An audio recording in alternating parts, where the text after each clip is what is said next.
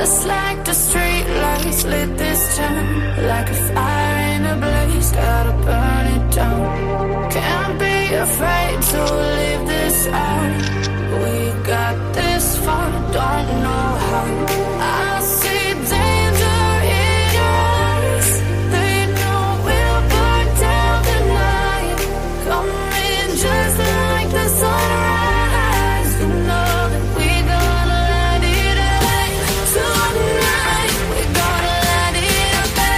Tonight, we gonna light it up. Just like the sunrise, we gonna light it up.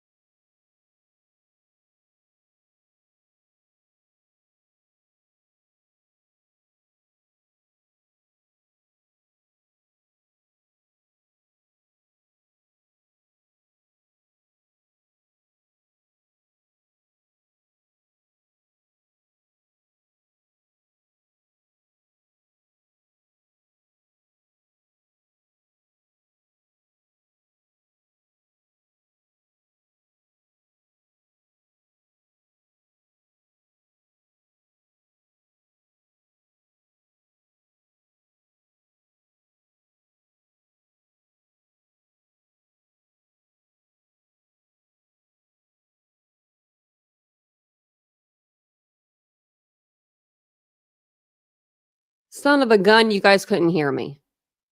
Well, that's okay. How long was that? 5 minutes. Well, 2 minutes, but still. I just saw the red flags. Well, hello everybody. That's all I was saying. So I'm just not gonna go. I'm not gonna go through all the names again because I think I said actually hi to now I can't remember who it was. One of y'all, I said hi to you like 3 times, and I'm like, this is funny. So I'm so sorry. You know how I start at the top? I shouldn't do that. I looked over here, like that caught my attention. All the what was it? What did I see? I want to see which one I saw. I think it was Crystal. Crystal, you know what? And that's who I said hi to like 3 to 4 times. So hello, Crystal. Hey, Mary Beth. So I'm so sorry, guys. I'm so sorry. I'm so sorry. I've been doing that a lot lately. I've been hitting that mute button and just talking. Like maybe I need a nap.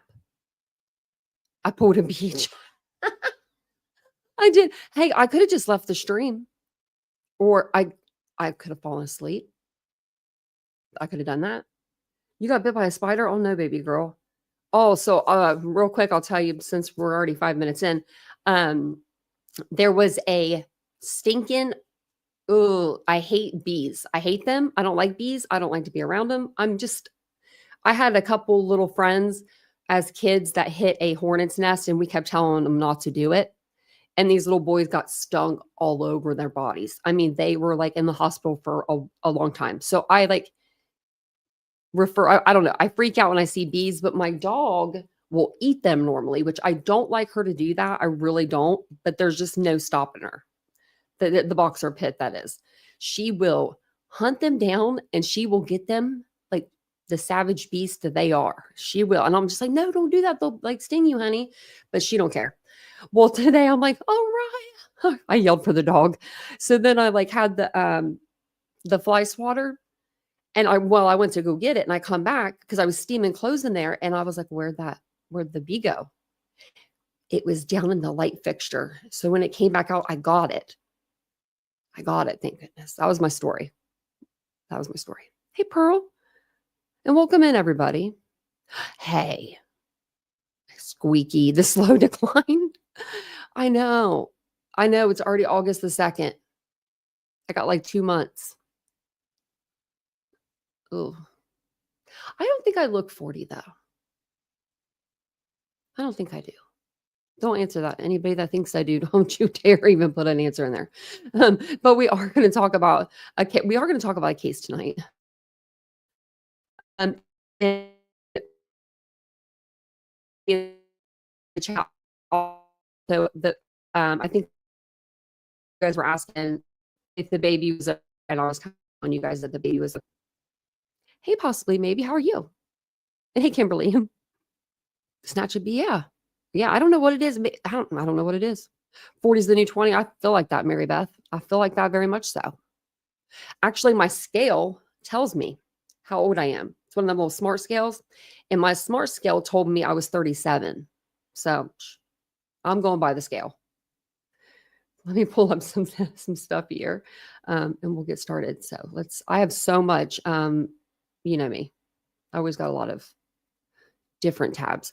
So these are the pictures of this is who we're looking for right now. I just got to show you. This guy is eluding cops, marshals. I mean, the TBI, like everybody. I don't know. I mean, I guess he's doing it because this was his life at one point, living, in a prison. But he is on the run, and he is charged with 4 counts of murder. Let me see if I actually have that up. Of course, I don't have it right where I need it. Actually, I can get to it, but I have it on here. I want to see. I don't want to mess it up. But I know kidnapping is one. Okay. So he is wanted for 4 counts of first-degree murder, 1 count of aggravated kidnapping, 4 counts of a felon in possession of a firearm, and 1 count of possession of a firearm during the commission of a dangerous felony. Yeah. He's wanted. Well, I'm so glad, Roberta. And I said hello to you and I thanked you for becoming a member. I'm sorry, I forgot to thank you again. When I was actually not muted. Or when I was actually not, muted. Tonight you have to do that? You have to turn your power off from 11 to 7? I should start saying that, Ashley. Mute button for the first 5 minutes of the video. Gosh, I'm so sorry. But basically, we're going to learn a little bit about him tonight. I kind of wanted to go over his like background and stuff, but there was a little baby that was found. This is the really rough version, and we'll get down. We'll go deeper, of course, into it. But they found this baby in someone's yard. Basically, it was a little girl, and she was still in her car seat. And then about 30, 40 minutes away, they keep switching it in each article I read. In another, county, they found the mother, father, the grandmother, and the uncle to this baby. But at the time, it took them a minute to get, to realize that's who they had. So then they're like, well, they're going back in the family, who knows who. Well, Courtney is the grandmother. Her sister had dated this loser here. And this loser here is Austin Drummond. So, and he's out, and they're trying to look for him right now. He's on the loose, and he's actually on the most wanted list for the FBI. So he's like, he's in some trouble. He's in a lot of trouble. Was it yeah, it was. Okay.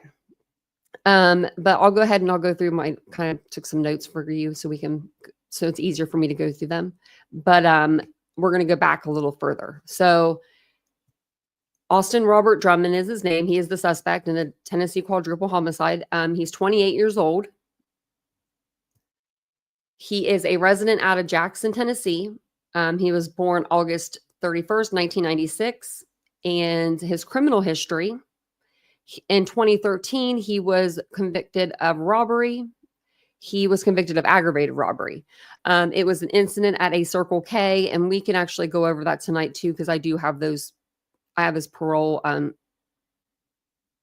paperwork. He tried, but he pretty much held up a Circle K and stole $44 from a lady. Now to me, like, I knew somebody, right?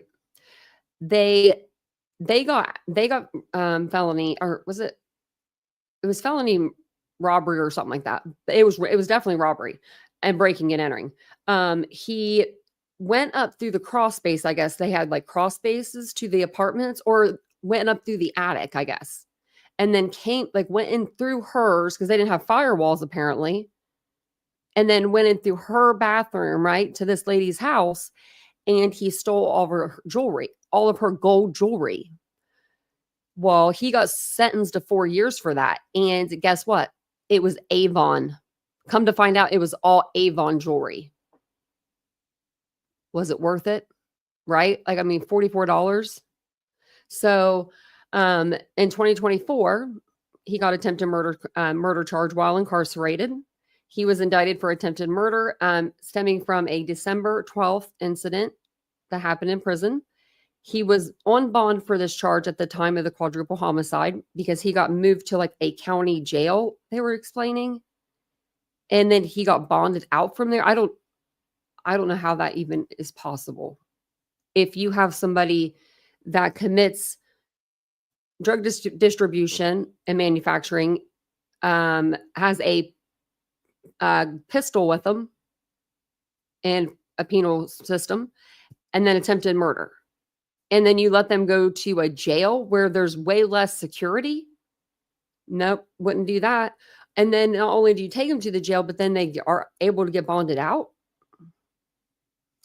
I don't get it. But his physical description is 5'10", approximately 190 pounds. He has brown hair, blue eyes, and a goatee, though.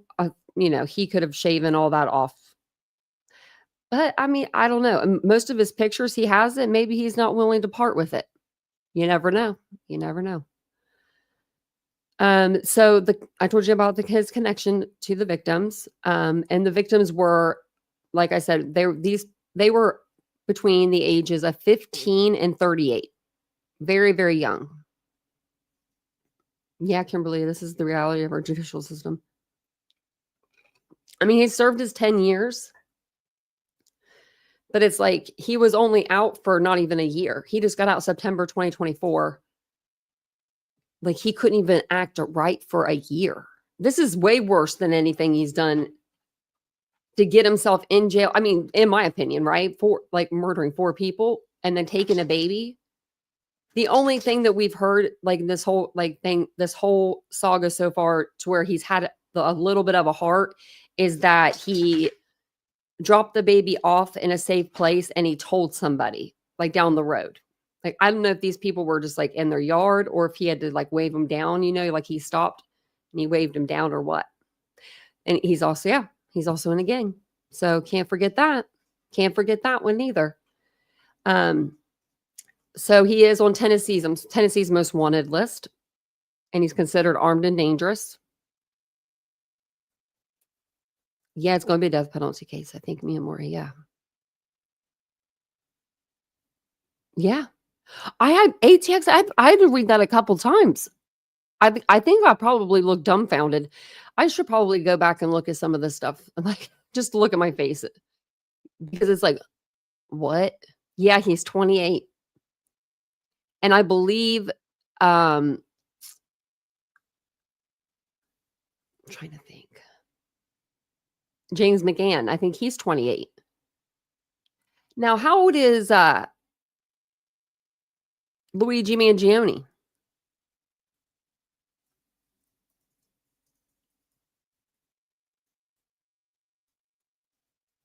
I'm just curious now because, like, 27. I knew it was close.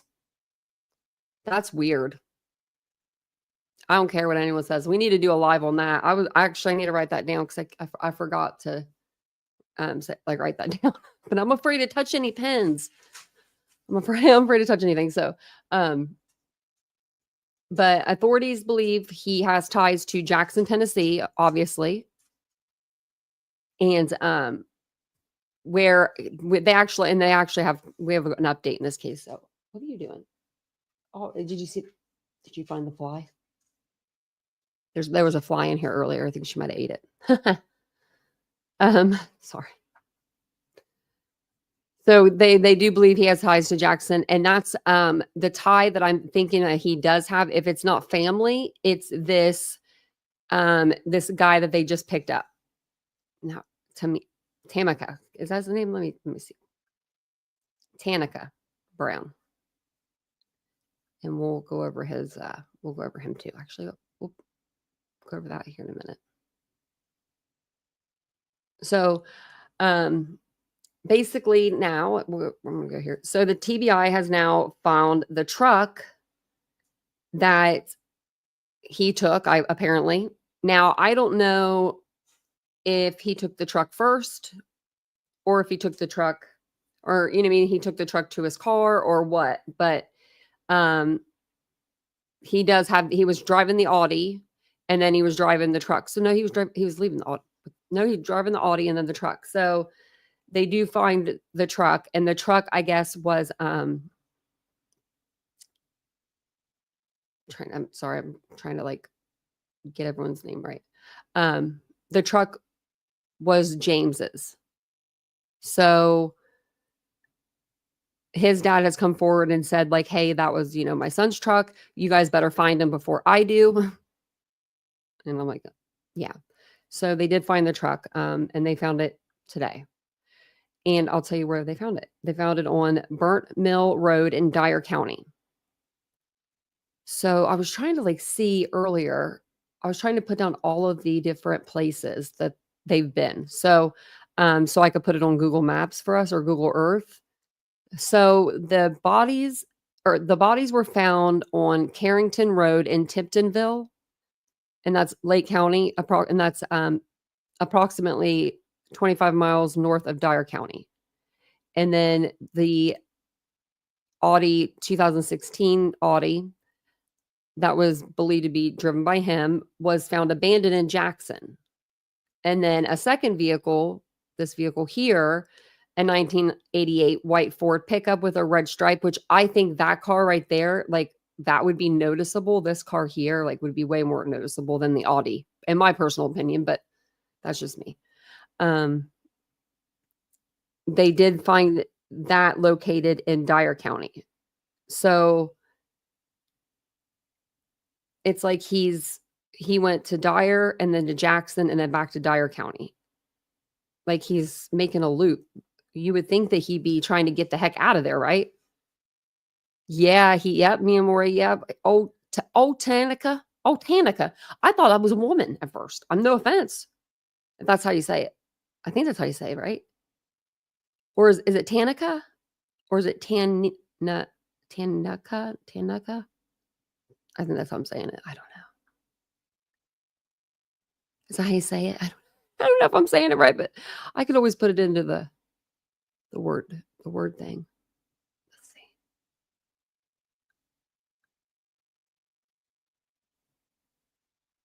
Whenever we get there, because I can only see it right here.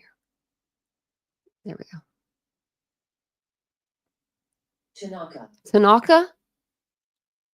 Tanaka? Oh, you gotta get out of here. Tanaka better never name me that. I'm sorry. No, that's a different case. That's the Devil's Den case, DM. Tanaka. I'm still getting girl vibes. Sorry. No offense. I mean, it's Tanaka. I'm gonna have to say it like I'm just gonna have to go to the speech every time. Tanaka. I don't know. Oh, friends call him Knock. Look at you, Nicole. I love you guys. I love that you guys like know all this. Okay. It does almost, yeah. Tanaka. I'm trying to say it a lot so I don't forget it. It's different. I mean, my name's different though, I feel like sometimes. That stupid A. So a reward for $15,000 still being offered. Hasn't went up yet. I mean, because it went up from like 2,500 to 15,000 pretty quick. So I just told you guys all of that stuff. It says he's considered armed and dangerous. Call the 1-800-TBI find if you have any information. He is sought out by the Tennessee Bureau of Investigation, the U.S. Marshal Service, and Lake County Sheriff's Department. So he can run, but he can't hide. Well, he's hiding right now, but I wonder where he's at. Do you think that, I mean, they have to have eyes on his parents, his family, people that they know. If they know he's in a gang, right? They're going to have eyes on his, like the gang affiliates that he has that are out on this, outside. Unless he's talking to somebody maybe on the inside and they're helping him. But those calls are recorded, so I would be assuming that they would be like going through those calls as well. I'm surprised he's made it this long. I really am. Says it recovered 5 cars in connection with the murders. However, oh yeah, and the 5 cars. If anybody could help me with the 5 cars, I'm like, I don't know who was driving who was driving what. I've been looking everywhere for it. I know that I know about the truck and I know about the Audi, but that's really it. And I know that they pulled out a few different cars today too. So we'll watch this here. Thank you guys for being here. They have not located Drummond. One of the vehicles, a white Ford F-150 truck with a red stripe, was found near Burnt Mill Road. It's the latest discovery in this bizarre case that goes back to Tuesday. WREG's Raven Copeland joins us now. And Raven, you actually ran into one of the victim's family members while out there on the scene of where that truck was found. What's he telling you tonight? Yes, Shay, the father of 21-year-old victim James Wilson actually showed WREG crews where the truck was found, We also noticed tire tracks in the area. Now, Wilson's father did not want to be interviewed, but he did say the truck belonged to his son, and he hopes the police find Drummond before he does. Now, as you mentioned, this is not the only vehicle that's been recovered in I'm surprised they kind of said that on the news. I'm surprised. I'm glad they did. this murder investigation. 4 others have also been found. The TBI is now asking for home or business owners along Highway 78 from Dyersburg to Lake County to review their camera footage. Investigators are asking people to specifically review videos that may have captured the vehicles in the area on Tuesday, July 29th from 6 a.m. to 4 p.m. Now, that's the same day an abandoned baby was found in Dyer County, and it was later determined that 4 of the child's family members were killed. The TBI says Austin Drummond is the murder suspect, and they've been searching for him for days now, but he has not yet been located. Now, WREG is staying on top of this investigation, and we will continue to bring you updates on air and on WREG.com. Now, ahead at 10, you'll hear what people in the community have to say as the search for a quadruple murder suspect continues tonight. Reporting live from Dyer County. Did you see the car? I'm making sure I wasn't muted. Okay. Like it looked like it had some like a cloth on the driver's side. I don't know if they had to like bust out the window to get into it, but I would think that they'd have like a Slim Jim or something, right? I know those aren't really supposed to be legal, but cops have them. But did you see how like they have the window covered? I'm just curious. I never see them cover up a car like that unless like there's evidence. Maybe there's evidence in the car. Maybe, I don't know. Maybe there's like biologicals or something or evidence, but yeah, that's terrible. Thank you guys for all being here today. Tonight. I appreciate it. Let me go over and we're going to talk about him, and then we'll go back and we'll talk about who Austin is, because they did pick up this guy, Tanaka. Am I saying it wrong again? I am saying it wrong again. Let me see. So sorry. Tanaka. I am terrible when it comes to names. I really am. And I try not to be, but I usually have to say them a lot before I get them down. I'm just Tanaka. Yeah. And I'm just going to star baby girl thing so I can go to the stars and be like, Tanaka. I really don't mean to mess up their names, but I don't think he probably really cares what I think. He's born 1 month exactly after me in 10 years. So it says special agents with the Tennessee Bureau of Investigations arrested a Jackson man Friday and charged him with accessory after the fact. And didn't I say that last night? I said, they're going to pick somebody up. They're going to arrest somebody. I said, because we all knew where someone's helping him, obviously, right? I said, they're going to be charged with accessory after the fact. So that's what he got charged with. So, ugh. That could put you away for a very, very, very long time. Even if he just drove a car. If he knew,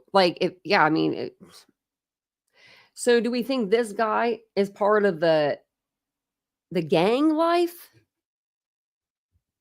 I mean, to me, he don't look like it, but I mean, I don't know. Looks can be deceiving, right? But I'm just saying, like, he looks like he's almost smiling in his picture, though. I don't know. Thanks, Classic One. I'm okay. Well, maybe not. I'm okay with pronouncing. If it's like, if they tell me like once, usually I'm not usually like, what's it again? But for some reason, when I read it, I do. He is a part of it. I figured he was, but looks can be deceiving, you know?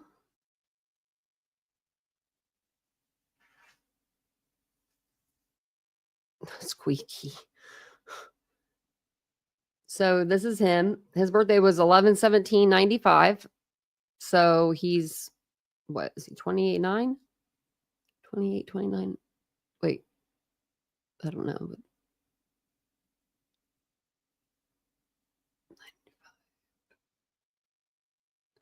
29. So he'll be 30. Yeah, because he's 10 years.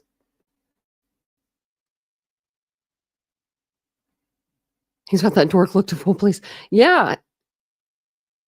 I mean, well, yeah, my mom used to say that about Ted Bundy. She said he had charisma, or like he was charismatic. She's like, that's just what we thought about it. She's like, we didn't like him because we knew what he did, but she's like, but he had that about him, and like, you know, in that courtroom setting, and that's just anywhere he went. This guy looks like he could probably talk the freaking sweet tea out of someone's hand, look at him. Oh, well, they got him. I'm not sure how they got to him because they're not really telling us. They're keeping everything really below, like, or what is it? Close to the chest, close to the vest, whatever it's called. I don't know. They're really keeping it close. So we didn't even have any clue when we listened to the press conference and stuff. What was it, yesterday? That they were even doing any of this stuff. They don't tell us. But it says Friday, agents obtained warrants charging Brown with accessory after the fact of first-degree murder. Brown was booked into the Lake County Jail where he remains without bond. I tried to look that up, and they were like, no, you don't live here. I don't know. No, it wasn't that. They couldn't look up the jail roster. They don't have one. You have to like call and see if he's in there. And they said that he is. So I believe it. But it says, these are just merely accusations, not evidence, but still. I'm just wondering how they got him, but they didn't get Drummond. Like, Austin's still out there, and he got caught. He's keeping his mouth shut. I mean, he got picked up yesterday. Well, yesterday they obtained the warrant. I'm sure they got him yesterday. Yeah, Friday. So, yeah, that's.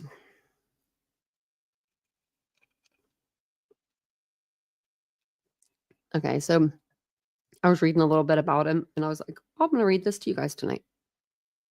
Hey, Carolina. Welcome in. Squeaky. You're really making me laugh. You're just squeaky. Oh, squeaky. I have a friend that's black, and her last name's Brown too. So authorities are currently searching for 28-year-old Austin Robert Drummond, the suspect in the recent murders of 4 people in Lake County, Tennessee. Earlier this week, an infant was found abandoned in Dyer County. Hours later, 4 relatives, including the child's father and mother, were found murdered in nearby Lake County. I mean, he took out like pretty much a family. Authorities identified the victims as the child's parents, Matthew Wilson, Adriana Williams, along with and they're 21 and 20. Like babies herself, along with the child's maternal grandmother, Courtney Rose, 38, and maternal uncle, Braden Williams, 15. Drummond remains at large. That's a picture of him also. He has a few different looks. So what to know? The Dyer County Sheriff's Office said in a Tuesday Facebook post, a dark-colored minivan or white mid-size SUV was reported to have dropped off an infant in a car at a random individual's front yard. Thankfully, a witness saw the car seat with the child and called 911. We have heard that he stopped people, so I don't know. Hours later, police reported 4 people were murdered in Tiptonville. Drummond, a 28-year-old white male weighing 190 pounds and standing 5 feet 10 inches tall, has been identified as the suspect in the murders. The TBI has issued a warrant for his arrest and added him to its most wanted list. I wonder who's on the most wanted list. Just curious. What kind of like criminals? I mean, 4 people, he definitely deserves to be up there. He is wanted on 4 counts of first-degree murder, 1 count of aggravated kidnapping, 4 counts of unlawful possession of a weapon, and 1 count of possessing a firearm during the commission of a dangerous felony.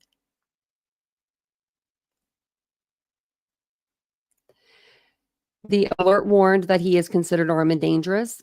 A Saturday update noted that investigators are asking people nearby if they have any footage of Drummond or his, it wasn't his, 1988 white Ford pickup truck. That wasn't his. That we just heard that was, James's.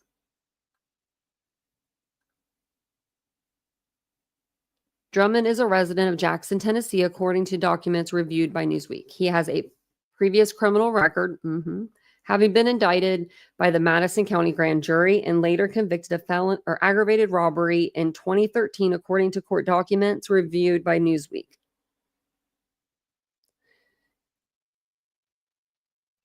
It was actually 2014, I think. I'm about to pull up my my timeline I did, because I'm thinking it was 2014, because he spent 10 years in prison and he got out September 2024, and he spent his full flat time. So yeah, that's wrong. Armed with a pistol, he robbed a Circle K convenience store in Jackson, with the attendant testifying he took $44 from the register. Now, like, when he left, was he mad right when he got it and was like, because you know how much someone hands you. If you're robbing somebody and you fill 2 bills, it can only go up to 200. You know what I mean? Really. Like, the best outcome could be like 2 $100 bills in your hand. Not 2 20s and 4 1s, but you know what I mean? Like, there could be a better outcome, but you know what I'm saying.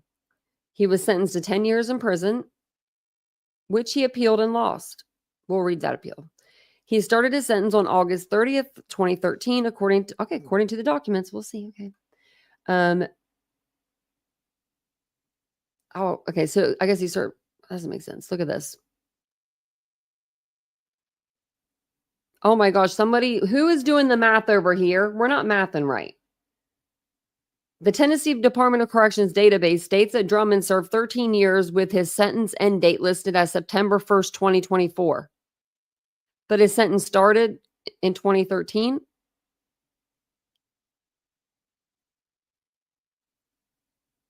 I'm not getting the math there, but okay. His profile has an updated mugshot from September 2019.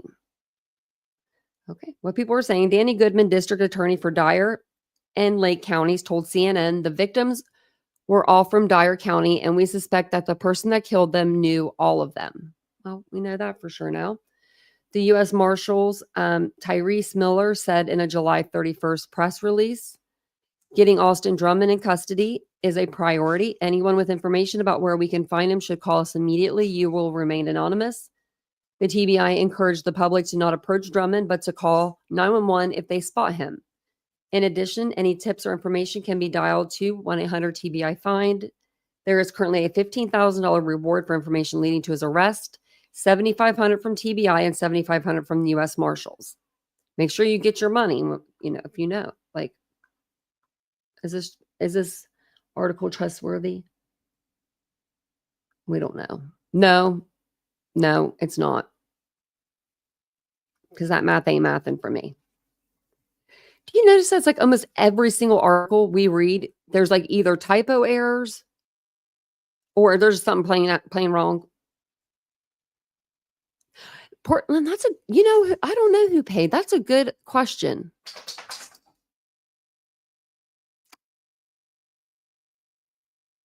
Let me see. Would it be? They don't like to give records, actually. You have to be there. You have to live there to get records for there. Did you know that? For Tennessee? You want to go out there?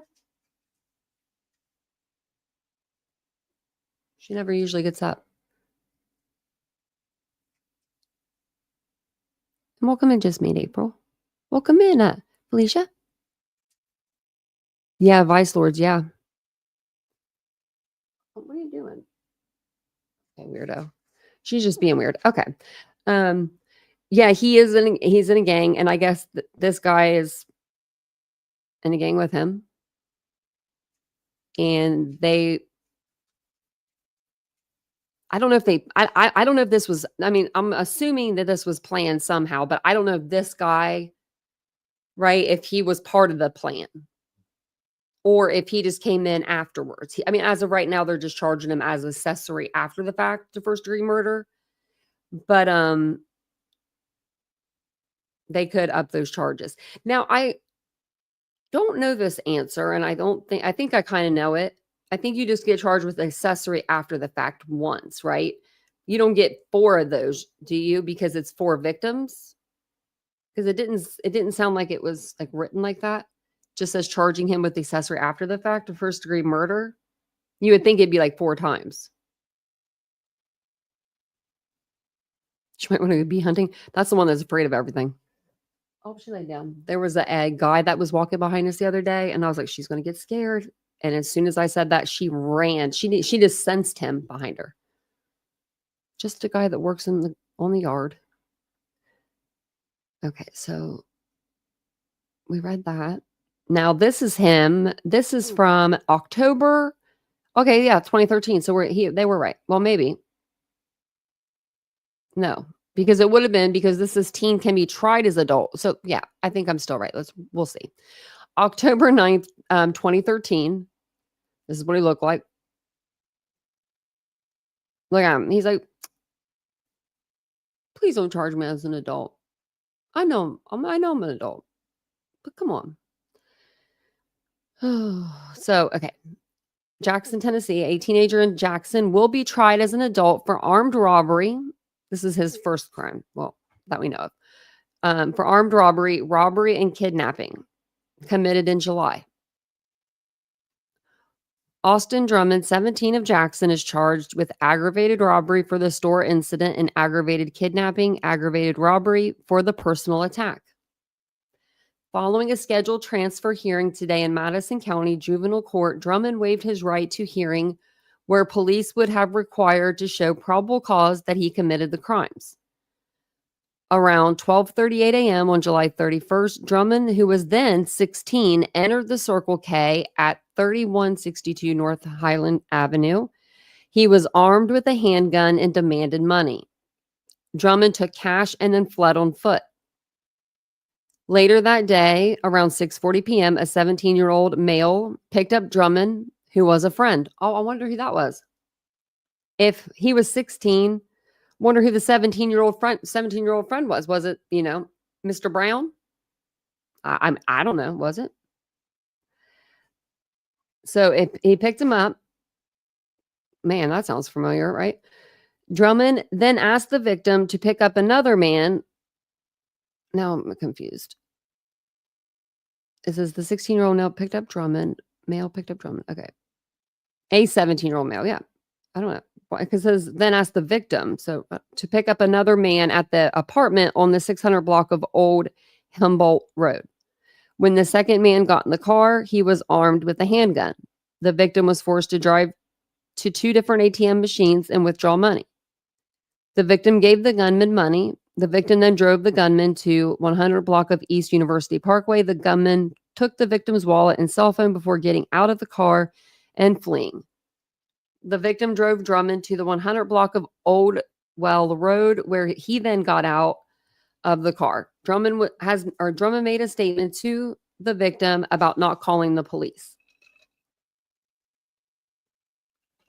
So it sounds like Drummond and this other guy set up the other kid.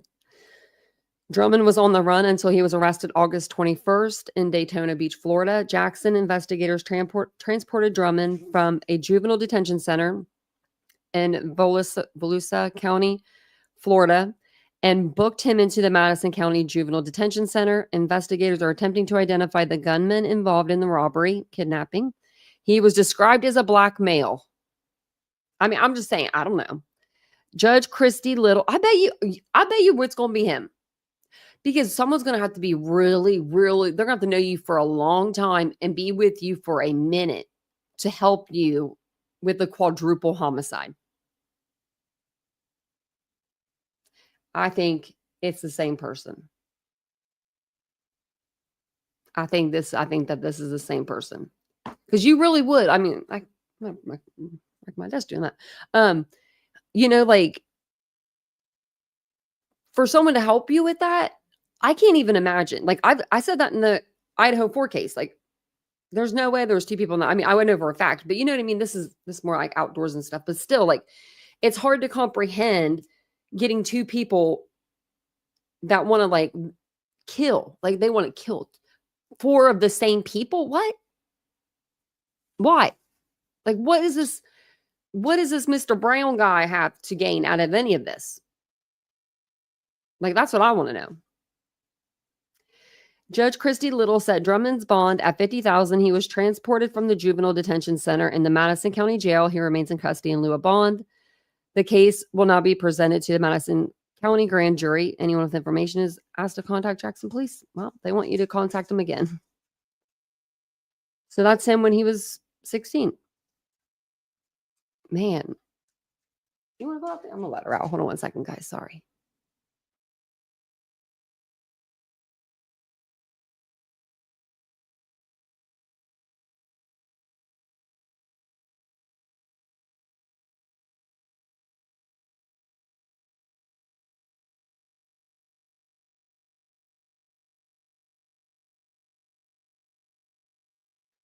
Sorry about that. They both went out. Like, both dogs did. Okay. I usually make the screen like this and I forgot.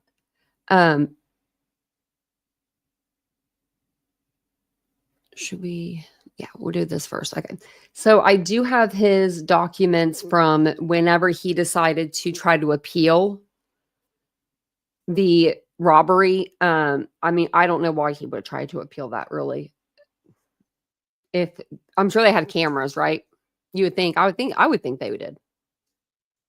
I mean, but I do know that my hometown, which that's where I'm going tomorrow, and I haven't been there in years.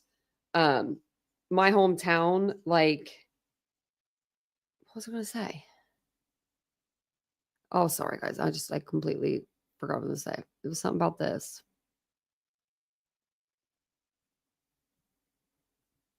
My brain just stopped working. Well, never mind. My brain literally just stopped working there. It just literally it just like went like, and it just quit.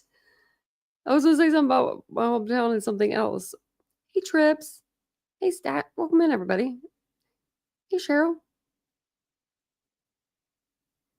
So I think my uncles that passed were affiliated with the Bicycles. Oh. Predominantly Hispanic gang here in Chicago. See, that's what I read. It's like a Chicago gang. So, I mean, I guess it just kind of migrated.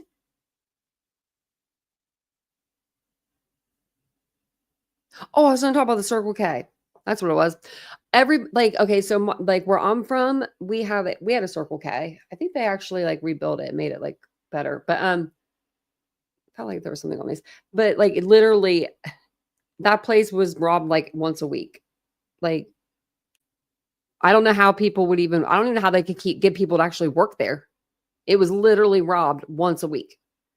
I'm like, we cool with that? I mean, I don't know how they would stop it, but it was bad. It was really bad. And so when they said that he robbed, Circle K, I was like, well, that's not surprising, but I wonder if they do have good cameras, if any. Because there's a reason why people keep robbing them. Like, I've heard that like multiple times that Circle K gets like robbed.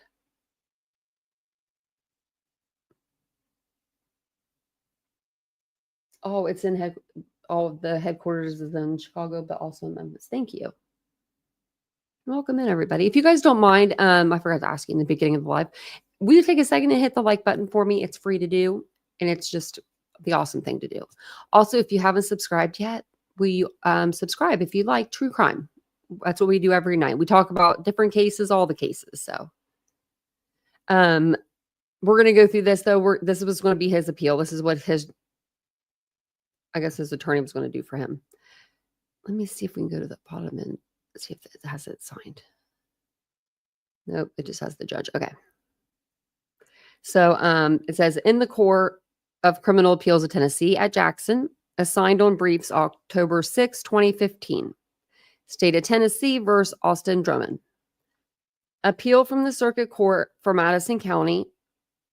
And then it just has the judge. It has the case number. That's like, wow, that's a long case number. Filed May 25th, 2016. So it says here that defendant Austin Drummond was indicted by the Madison County grand jury with 1 count of aggravated robbery. Following a jury trial, defendant was convicted of the offense. The trial court sentenced defendant to serve 10 years in the Department of Correction. In this appeal, as of right, defendant asserts that the evidence was insufficient to support his conviction and that his sentence is excessive.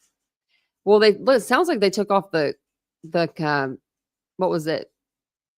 The kidnapping and something else charge. So, I don't know why he's saying that. But he says the evidence was insufficient to support his conviction. Okay.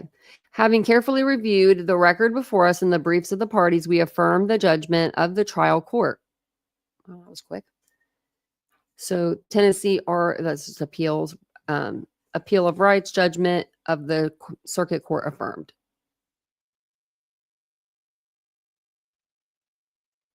Just seeing what this is. I don't think, okay, we just need to go down to the opinion.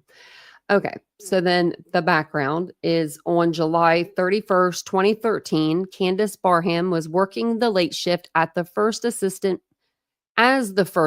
manager of the Circle K convenience store located on the corner of Highland and University Streets in Jackson. At approximately 12:30 a.m., a white male, later identified as defendant, entered the store. He was wearing a hat and a black oversized t-shirt with a white graphic on the front of the cartoon character Stewie from the television show Family Guy. Well, I mean, I showed you how seriously he takes himself, so. Ms. Barham thought the defendant's behavior was suspicious as he walked on every aisle of the store and watched her. She explained that at the time of night, customers usually know what they came for. They come, get what they were going to get, and they leave. Ms. Barham asked the defendant if she could help him find anything, and he replied, "No, I'm just looking. I got the munchies." She testified that the defendant was in the store for a total of 3 to 4 minutes.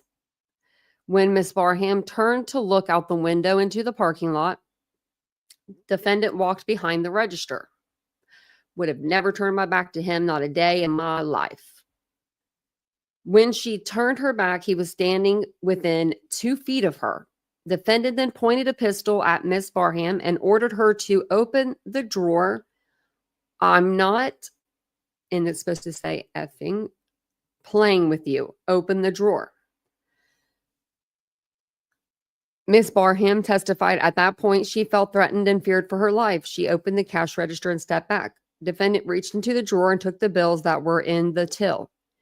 He also lifted the till to see if there was any money underneath, but it was empty. That's pretty smart of him to do that. I mean, he must have, did he have a job or something where he worked like somewhere when he was 17? Because you know what I mean? Like most 17-year-olds don't really know that about cash registers. I don't know. Maybe they do. Defendant appeared to be upset that there was no additional cash and said, "Man, y'all tripping." He repeated the statement 3 times as he left the store. Ms. Barham testified that defendant took a total of $44 out of the register. As the first assistant manager, it was her responsibility to exercise custody and control over the money. When I worked at a place and they made us drop the till every time it went like over 150. Like whatever was over the 150, drop it. After defendant left, Ms. Barham locked the doors and called the police. As she was locking the doors and on the phone with 911 dispatcher, Ms. Barham saw 2 police officers who were her regular customers pulling into the parking lot. Ms. Barham motioned to the officers that there had been a robbery. She told them defendant ran past the officers as he exited the store. The officers got back into their patrol car and drove after defendant. So she says he ran right past the officers as he exited the store. Those officers didn't say, "Why is that kid running?" I don't know. That's weird. Ms. Barham later told the police that the robber was a white male, 20 to 30 years old, wearing black clothing. She was unable to identify defendant from a photographic lineup because his picture looked different. Ms. Barham identified defendant in the courtroom as the man who robbed her on July 31st, 2013. She explained it was different seeing defendant in person as opposed to seeing the photograph of him. Well, I could see I agree with that. I could see that. Ms. Barham identified a video recording of the robbery from the Circle K surveillance system. She identified defendant several times on the video. The video showed defendant entering the Circle K at 12:32 a.m. and walking through the candy aisle. It also showed defendant robbing Ms. Barham and then exiting the store at 12:35 a.m. So within 3 minutes. Ms. Barham identified defendant in the video holding a pistol in his right hand as he approached Ms. Barham. Officer Joshua Vincent of the Jackson Police Department testified that he and Officer Mullins pulled into the Circle K store on July 31st, 2013 at approximately 12:30 to 12:35 a.m. When they arrived, Officer Vincent saw a white male approximately 6 feet tall, weighing 150 to 170 pounds and wearing dark clothing and a baseball hat running out of the store. He also saw Miss Barham waving at the officers. Officer Vincent testified that he and Officer Mullins approached the locked front door of the store. Miss Barham informed them that the man who ran past them had robbed her.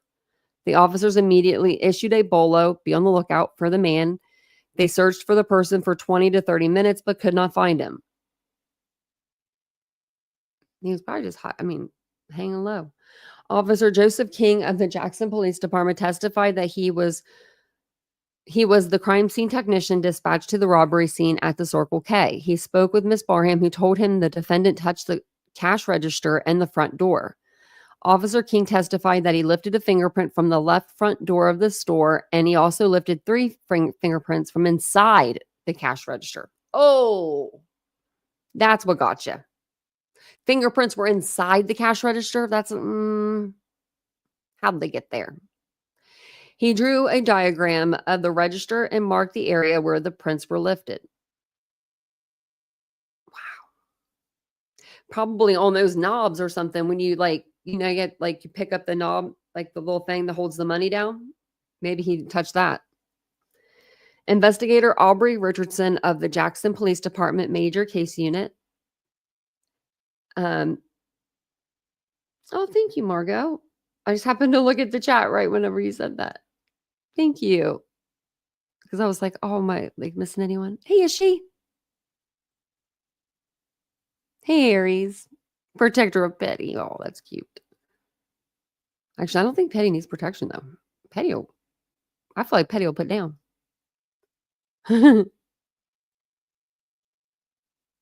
No, I have no clue why he did this or even an idea of why he did this, Felicia. I was going through the stuff last night. Only thing I can think of is maybe he was trying to hurt I don't even think that's it though. Like to try to hurt, his ex or whatever, but I don't know. I just don't see that. Because there's probably different ways to do that, than to go after these people. I think, could it be drug related? Possibly. I don't want to say that anybody's, I'm just spitballing here. I'm not saying anybody is. But to get 4 people out to a dead end road, and they all drove separately almost, it seems like. There's so many different cars that are involved in this crime. I saw some a Charger or something today. I don't know who drives that. And then what else did I see? I saw a couple different cars. And I was like, oh, these are different than what we've heard of. So I'm thinking as I talk. I just don't know how he would have gotten them all out there unless, I don't know. Unless he says something was wrong with the sister.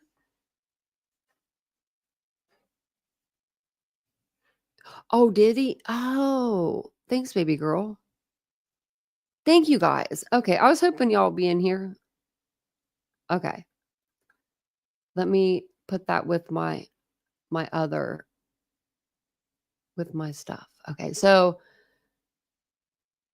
because I was wondering, I thought because I was thinking he might have drove the truck, but then we heard earlier that it was James that was driving the truck. And I thought he went by Matthew, and I called him by Matthew last night. I'm sorry about that.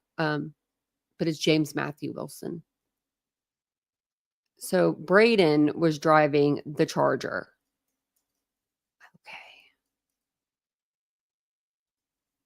Okay. Well, sometimes you just want to drive, and that's all. Yeah.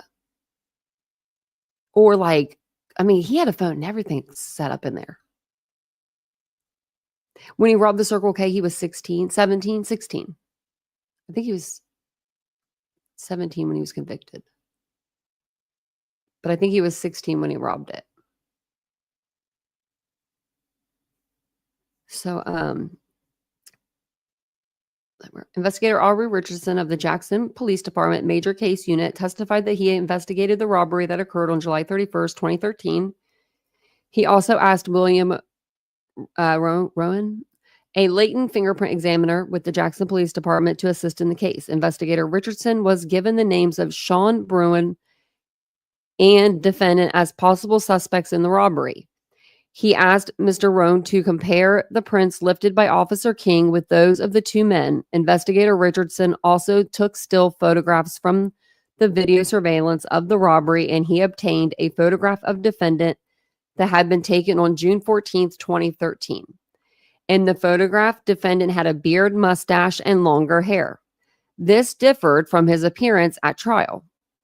Investigator Richardson showed a photographic lineup to Miss Barham on August 1st or 2nd, 2013, but she was unable to identify anyone from the lineup as the individual who committed the robbery. Mr. Rowan reported that the prints did not match those of Sean Bruin. Okay. So William Roan, an expert in the area of latent print identification and examination, testified that he compared the fingerprints lifted by Officer King from the Circle K with those of the defendant. He determined that a print lifted from inside the cash drawer of the register was made by defendant's left ring finger and no other. Like nobody else. Okay. Mr. Rowan testified that another latent fingerprint examiner with the Jackson Police Department, Amy Oxley, conducted an independent analysis and verified his findings. So, analysis. It says sufficiency of the evidence. Defendant contends that the evidence at trial was insufficient to sustain his conviction for aggravated robbery. Specifically, defendant asserts that the state failed to prove that anything was taken from Miss Barham's person and that the state failed to produce the weapon used during the aggravated robbery. You don't have to take something from her person for this to be a robbery. That's bad. We concluded that the evidence is sufficient to support defendant's conviction. Because a verdict of guilt removes the presumption of innocence and raises a presumption of guilt, the criminal defendant bears the burden on appeal of showing that evidence was legally insufficient to sustain a guilty verdict. When this court evaluates the sufficiency of the evidence on appeal, the state is entitled to the strongest legitimate view of the evidence and all reasonable interferences that may be drawn from that evidence. When a defendant challenges the sufficiency of the evidence, the standard of review applied by this court is rather any rational tier of fact could have found the essential elements of the crime beyond a reasonable doubt. Similarly, Rule 13E of the Tennessee Rule of Appellate Procedure states finding of guilt in criminal actions, whether by the trial court or jury, shall be set aside if the evidence is insufficient to support the finding of the tier of fact of guilt beyond a reasonable doubt. Okay. Guilt may be found beyond a reasonable doubt when there is direct evidence, circumstantial evidence, or a combination of the two. The standard of review for sufficiency of the evidence is the same whether the conviction is based upon direct or circumstantial evidence. The jury, as the tier of fact, must evaluate the credibility of the witnesses, determine the weight given to witnesses' testimony, and reconcile all conflicts in the evidence. Moreover, the jury determines the weight to be given to circumstantial evidence and the inferences to be drawn from this evidence and the extent to which the circumstances are consistent with guilt and inconsistent with innocence are questions primarily for the jury. When considering the sufficiency of the evidence, this court shall not substitute its inferences for those drawn by the tier of fact. Well, they knew what they were doing by not supporting this, not allowing it, but the identity of the perpetrator is an essential element of any crime. The perpetrator's identity may be established solely on the basis of circumstantial evidence. A person commits aggravated robbery who commits a robbery with a deadly weapon. Robbery is the intentional or knowing theft of property from the person of another by violence or putting the person in fear.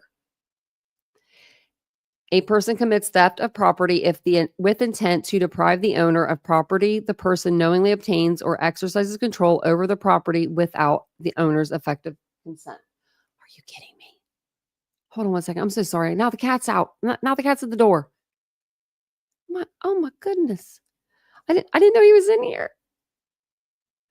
I'm so sorry. He usually is out first. Okay. He's so funny. Hold on.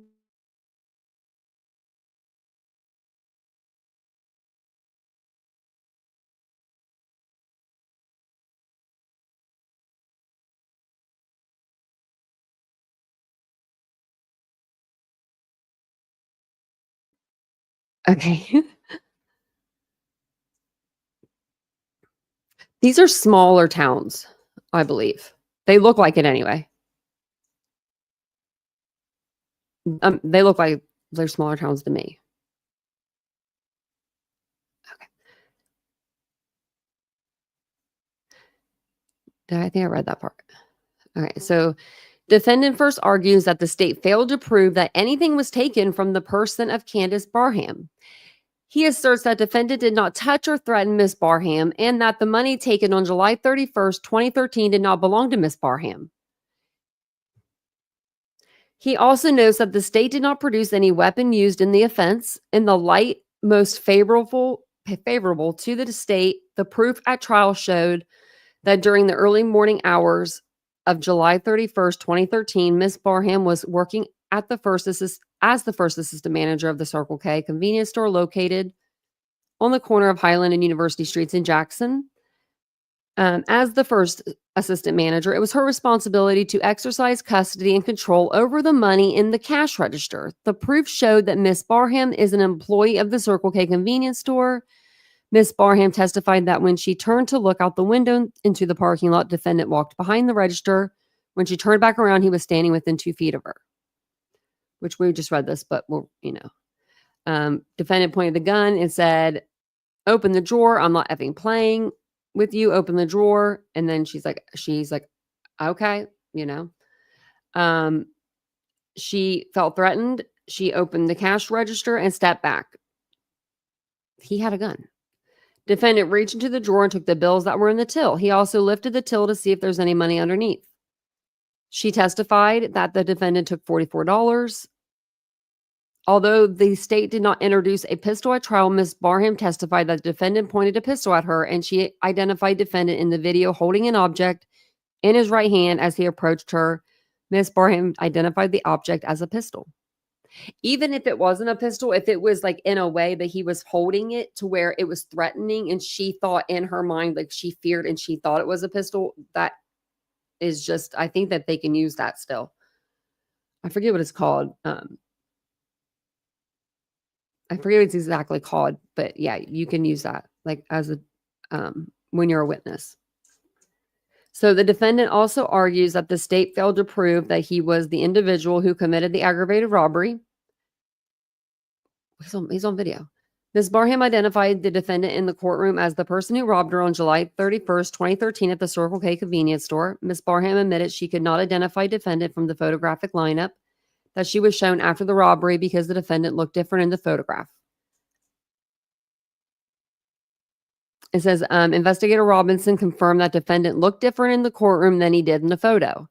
In the photograph, defendant had a beard, mustache with longer hair. After the robbery, Miss Barham described defendant's clothing to police, and Officer Vincent saw a man who Miss Barham identified as the person who robbed her run out of the Circle K wearing the same clothing she described. At trial, Miss Barham identified defendant several times in the surveillance video. Mr. Rowan, an expert in the area of latent identification and examination, testified that he compared the prints lifted by Officer King from the Circle K with those of the defendant. And it was the left ring finger and no one else's. It says, therefore, we conclude the evidence existed that was reasonable minds could accept the defendant committed the offense of aggravated robbery. The length of sentence, the defendant challenges the length of his sentence. He contends that the trial court erred in failing to consider certain mitigating factors. Appellate review of the length, range, or manner of service of a sentence imposed by the trial court are to be reviewed under an abuse of discretion standard with a presumption of reasonableness. In sentencing a defendant, the trial court shall consider the following factors. 1, the evidence, if any, received at trial and the sentencing hearing. 2, the president's report. 3, the principles of sentencing and arguments as to sentencing alternatives. 4, the nature and characteristics of the criminal conduct involved. 5, evidence and information offered by the parties on enhancement and mitigating factors. 6, any statistical information provided by the administrative office of the courts as to sentencing practices for similar offenses in Tennessee. 7, any statement by the appellate in his own behalf. And 8, the potential for rehabilitation or treatment. The burden is on the appellate to demonstrate the impropriety of his sentence. So, in determining a specific sentence within a range of punishment, the trial court should consider, but is not bound by, the following advisory guidelines. A minimum sentence within the range of punishment is the sentence that should be imposed because the General Assembly set the minimum length of sentence for each felony class to reflect the relative seriousness of each criminal offense in the felony classifications. And 2, the sentence length within the range should be adjusted as appropriate by the presence or absence of mitigating and enhancement factors set out, and gives you some codes. Although the trial court should consider enhancement and mitigating factors, the statutory enhancement factors are advisory only. Our Supreme Court has stated that a trial court's weighing of various mitigating and enhancement factors is left to the trial court's sound discretion. In other words, the trial court is free to select any sentence within the applicable range so long as the length of the sentence is consistent with the purposes and principles of the Sentencing Act. Appellate courts are bound by the trial court's discretion as to the length of sentence imposed so long as it's imposed in the manner consistent with the purposes and principles set out in sections 102 and 103 of the Sentencing Act. I'm going to learn a lot about Tennessee law. The applicable sentencing range for a range 1 offender convicted of a Class B felony is 8 to 12 years. The trial court imposed a sentence of 10 years. Okay. So right in the middle. Oh, sorry. The trial court stated that on the record, its findings regarding applicable enhancement and mitigating factors. Concerning enhancement factors, the trial court stated, as far as enhancing factors, of course, the juvenile records referred to in the present tense report the history as to this defendant, but while incarcerated for this offense, of course, he committed the act of vandalism. What? That's all. Oh, okay. That is evidence in the record at this point. Exhibit 2. What the hell did he vandalize? He does have the prior juvenile justifications for assault and resisting arrest. If you review the presentence report, and there's been no contest to its accuracy, he had a tendency to flee on occasion. How long did you have to deal with him before he came to prison? He would run when they were about to apprehend him. Well, bye. That's referenced more than one time. And in fact, it's referenced in the testimony in this case through the father, Mr. Drummond, even his dad. And I know it's difficult for the family. The father is here, but this defendant did flee to Daytona Beach, Florida after this incident. He's like, if I'm going to get picked up, I'm going to be on the beach.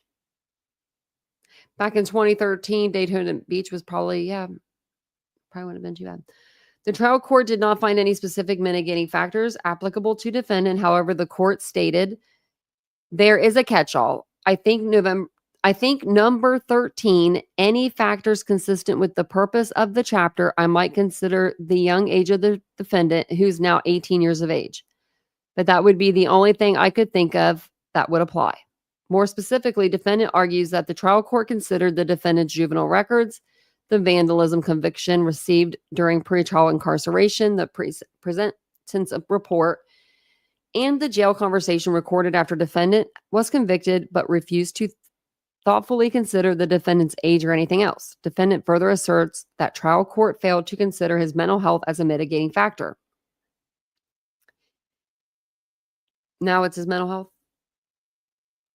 That just came up out of nowhere. We hold, therefore, that a trial court's misapplication of an enhancement or mitigating factor does not invalidate the sentence imposed unless the trial court wholly departed from the 1989 Act as amended in 2005, so long as there are other reasons consistent with the purposes and principles of sentencing as provided by the statute. A sentence imposed by the trial court within the appropriate range should be upheld. In its conclusion, the Supreme Court pointed out that in sentences involving misapplication or enhancement factors, the sentences must still be affirmed if the sentences imposed are within the appropriate range, and the sentences are in compliance with statutory sentencing purposes and principles. Because they could have gave you 12 years. They only gave you 10.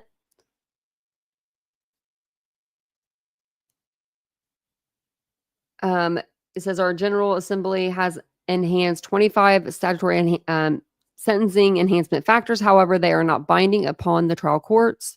The standard of review established in BISE provides that the minimum sentence can be imposed even if the trial court correctly applies all 25 enhancement factors, or the maximum sentence imposed even if no statutory enhancement factors are applicable, as long as the sentence is within the correct range and the sentence complies with other sentencing purposes and principles.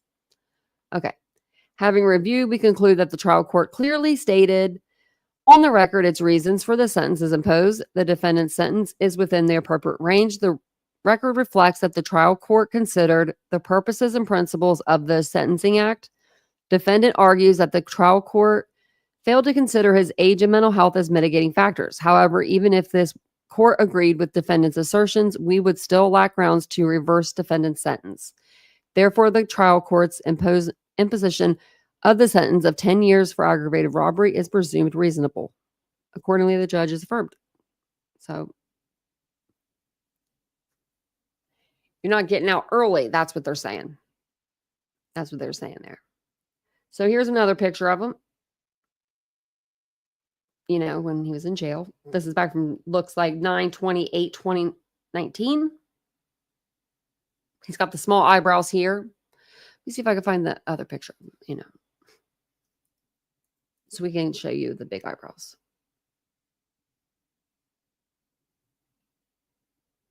Because, I mean, that is a difference. I think there is a difference in these eyebrows. And it's just his whole face.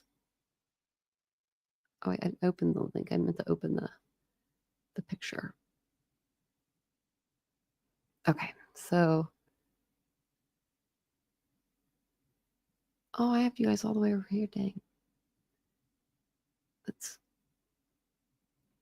I'll give some memberships out tonight too. I'll try not to forget to do that. Okay. Let me exit out some of this stuff. So, this is just WBBJ. Well, they obtained it, and the AP got the audio recordings from the parole hearing They're like 12 minutes long. We can listen through those. I was going to see if there's anything else. That's the appeal documents. We've already went over that.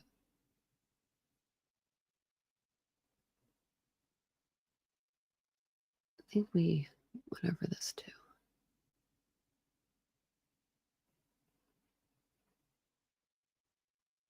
Oh, this isn't nothing. Okay. Just make sure that they're not anything for today.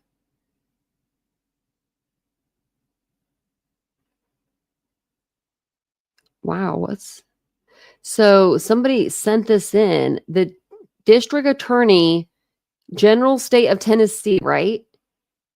And it says, "Dear Miss Davis, I have been notified."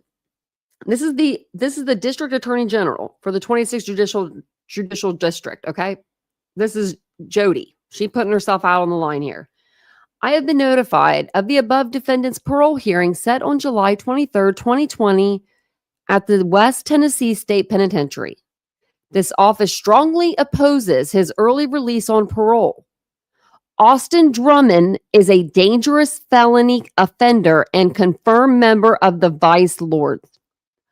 On July 31st, 2013, he entered a Circle K convenience store and pointed a pistol at the victim, and in this case, as he demanded money from her. He was convicted by a jury of aggravated robbery. After his jury trial, Drummond made a phone call to his father where he threatened the jurors and the victims in this case.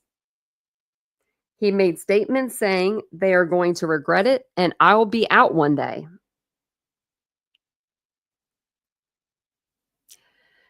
Drummond's behavior while in prison should also be taken into consideration. He has 25 disciplinary actions against him."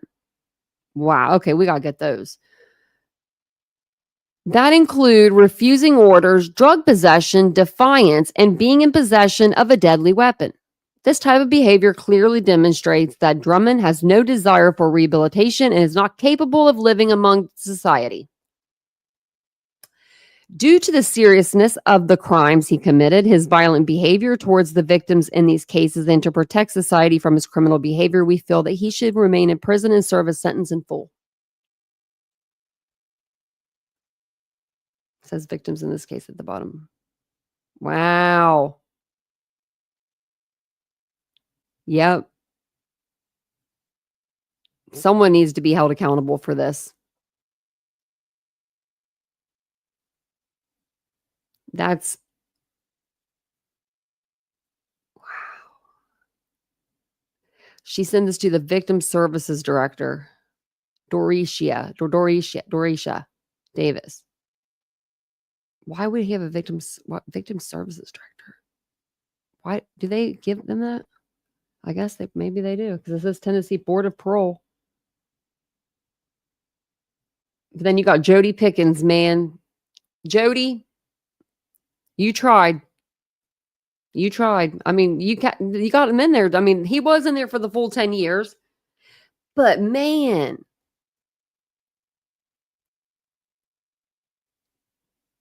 You know, it is bad. This is bad. Oh, she had a feeling it was his parents that did that, because that's the only thing that, you know what I mean? Only a mother would do that, bail her kid out of that situation, right? Okay, now let me see. Oh, I forgot to show you the picture. Let me show you. There he is. There he is with the bigger eyebrows. And the, you know, the facial hair. I think his hair's a little bit longer, it looks like. And then where did we have him?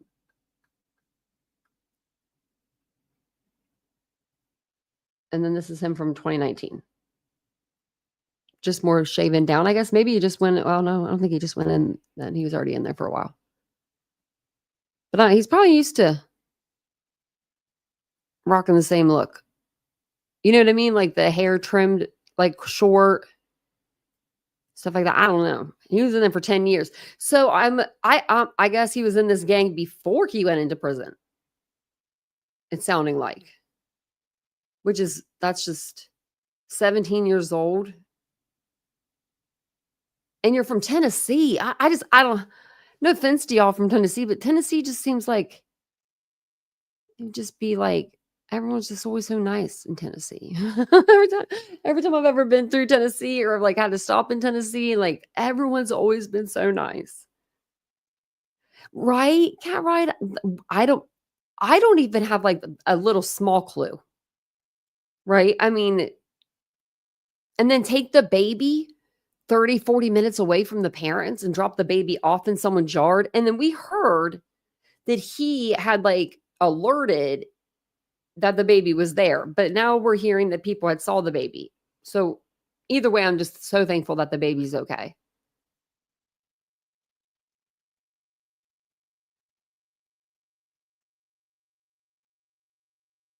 Well, because he had, what it was he did his 10 years for his robbery, right? But then he had the meth charges, the possession of the gun, and all of them charges on him, and the attempted murder charge. And they somehow allowed him to be bonded out on those charges. And then he got bonded out, and that's how I'm taking it. And then that's how he got bonded out. Like, but he shouldn't have even had the option to be bonded out. Attempted murder, and you're in a penal system. I like saying penal system. I don't know why. Yeah.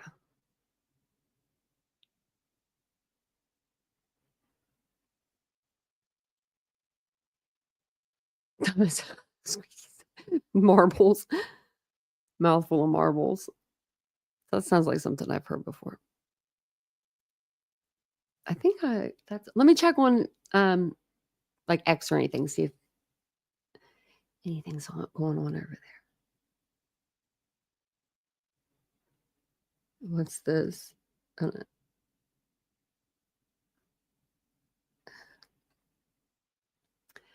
Somebody done started a changed petition. Exonerate Brian Kohberger for violation of his constitutional rights. I shouldn't even come to X. It just makes you dumber. First thing I see, I'm just like, oh my gosh.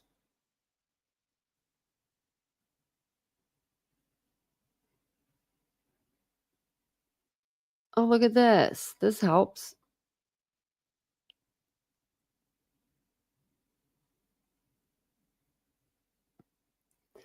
So you can see like who's who. So that's Courtney's sister, Caitlin. That's him. She used to work at the prison that he was at. Forgot we read that last night. And then you've got Courtney, Adriana, Matthew, Brandon. I don't know if he goes by. I guess he goes. Does he go by Matthew or James? Because I've heard both now. I don't know which to call him by. Will someone help me with that? Because I don't want to call him by the wrong name.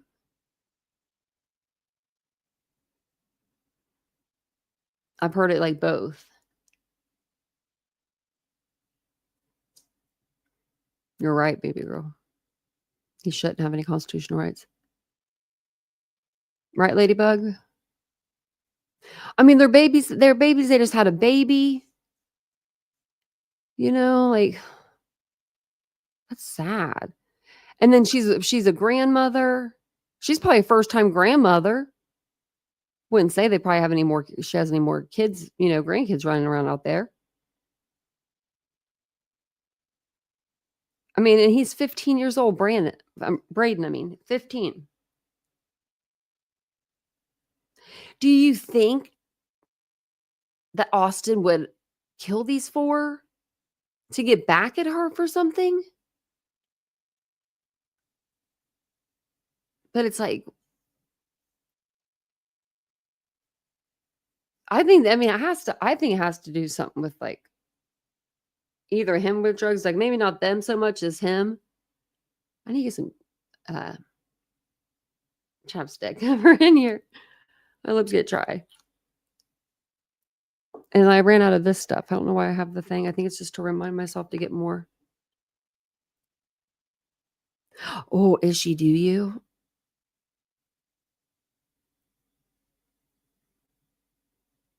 Do you think that he did it?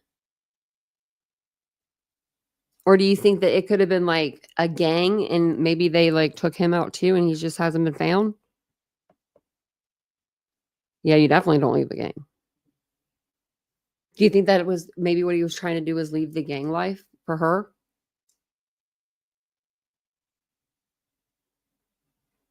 I have so many questions. I'm just like, this is just, to me, this is just a different. It's just, I don't know. It's just, this case is just different. Like, there's just so many people and a baby. And then you've got the couple, these two, you know, you've got Austin and Caitlin. And what's their relationship right now? Or what was it, you know, last week? Like, were they on or off? That's, I mean, I got questions. Yeah.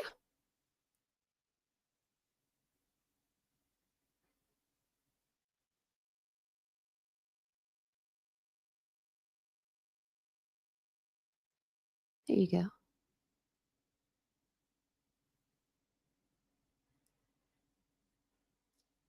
Well, the neighborhood they were in wasn't really their neighborhood.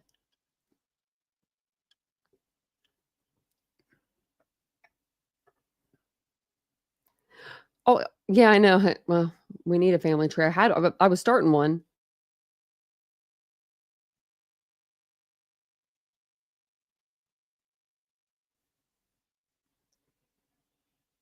It's very confusing. Yeah, just like I know. Yeah. Let me see if I can actually pull it up. We need to add people on there though. Oh, is she? Oh wait. Hold on one second. I have to add you like to this part. Okay, there we go. I was like, I only had me on there. Can you hear me okay? Yeah. I didn't even check if it was you backstage. I mean, I just was like, come on up. No, I'm here. I'm just so it's hard to type all this in the chat. What I think happened, and I don't know this for sure, but what I think has happened is, all right, Austin was dating Caitlin. We all know that. Mm-hmm. There's been a lot that has been said about him, and I thought this was bizarre. I thought it was crazy. I was like, there's no way somebody's droning in drugs into that prison system. But Yeah. that's where he was.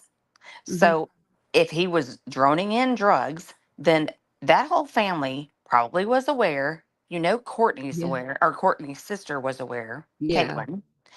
And something probably happened or occurred or whatever. But, you know, it's unfortunate. It's just like, I mean, Braden is 15, but he's driving a Dodge Charger who has illegal blackout tent.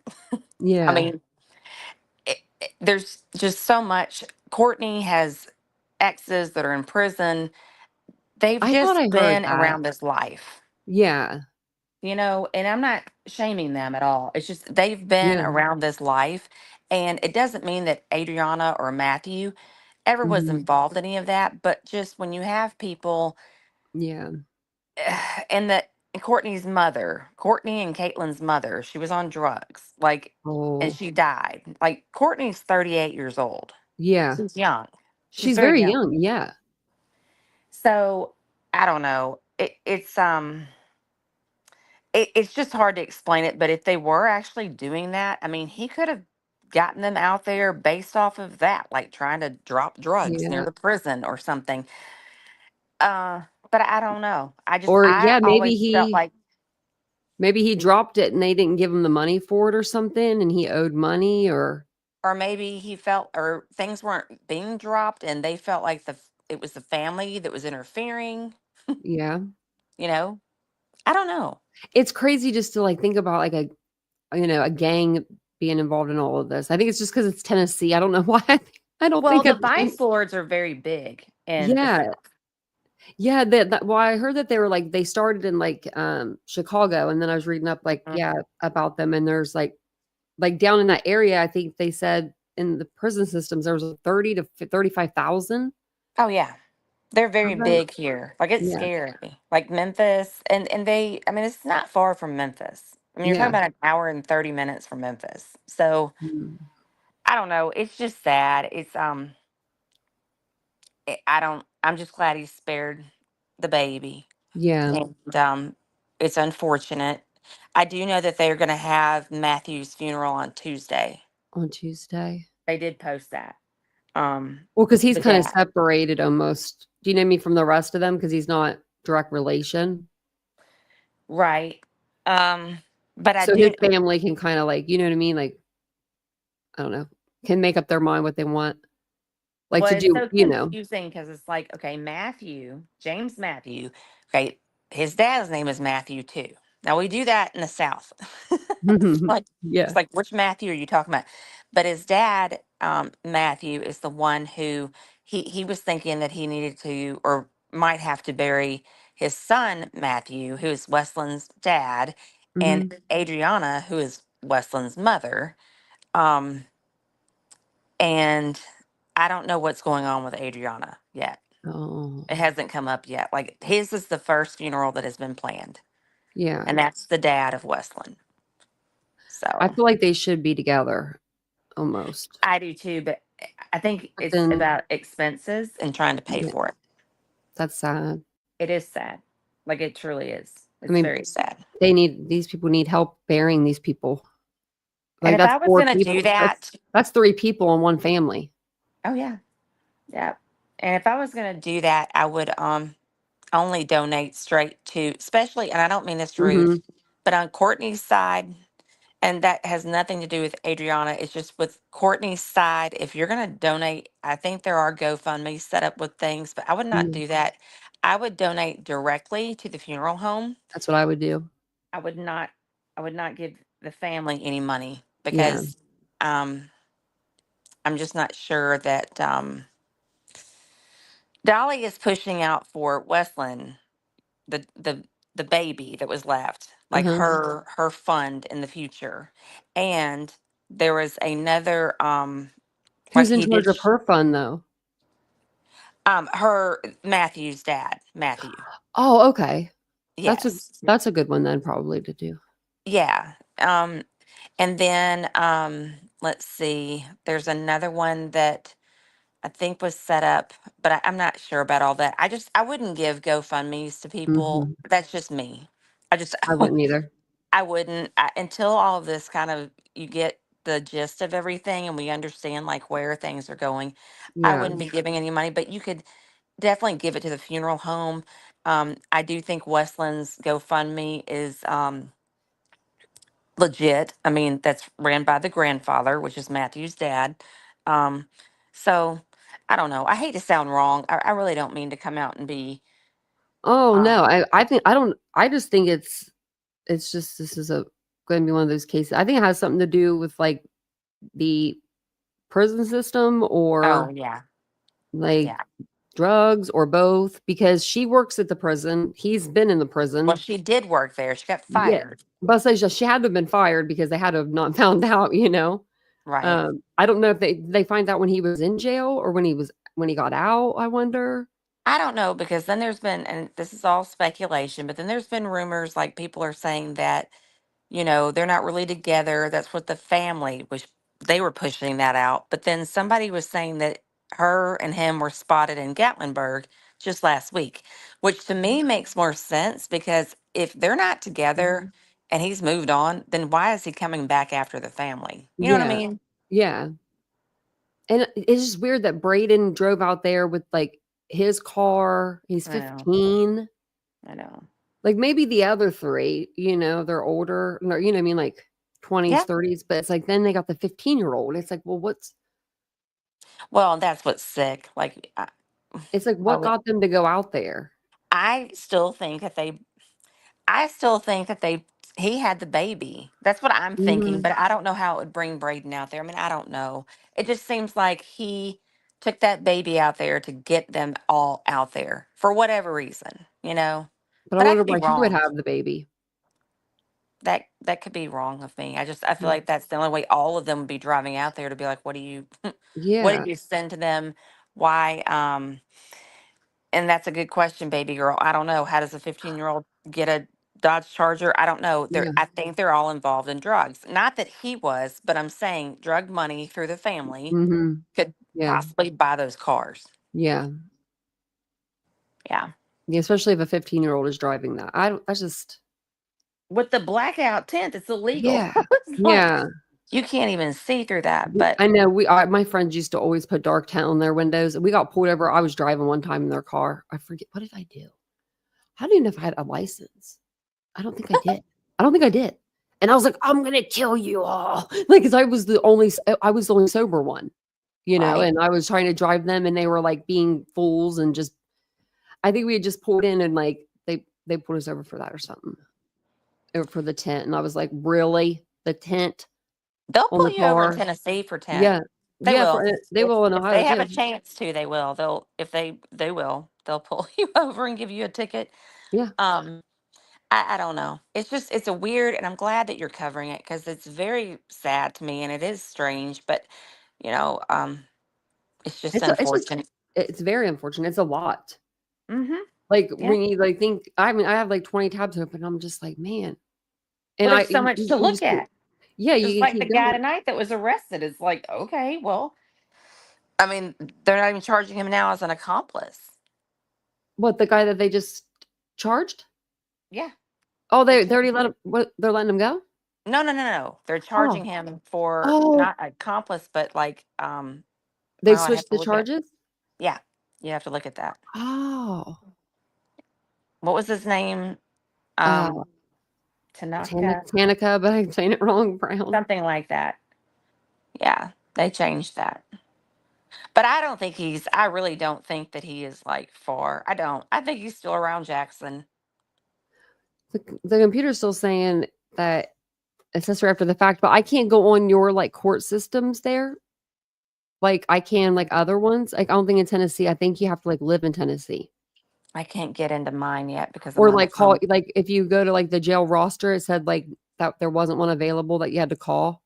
And I'm like, Oh, oh, I'm like, there's no jail roster? Because every state, like usually, or every jail usually has one of like an inmate list of like you can see who's right. like in the jail.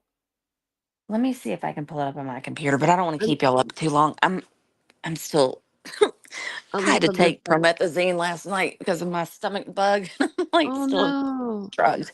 My nose has been running like all day and I don't know why. And I'm like, do I wear a mask tomorrow? Because my niece's baby shower's tomorrow. I don't Oh feel sick no. or anything at all. I think it's allergies. Probably But allergies.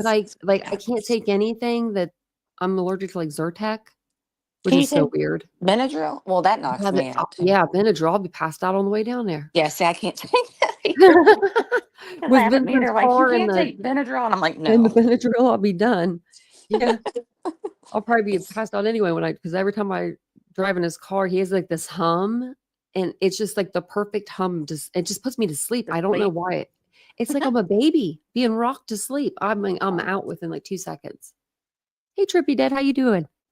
Well, I'm gonna try to look that up, and then if you're still live, I'll send it to you. But Okay. I just wanted to come up and just try to clarify what I do know, and it is confusing. It's really sad. Like Matthew graduated in 2022. That's where my cousins graduated from high school. 2022.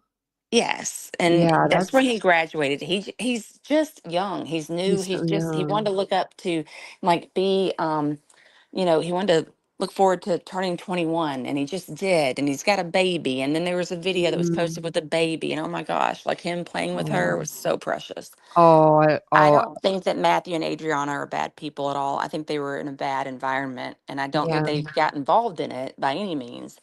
Um, but I just think that Courtney and her mom, who's no longer here, but her mom, and then Courtney's sister, yeah, Caitlin, they're just involved in too many things. And yeah, they just don't see somebody like that, yeah, as a bad person.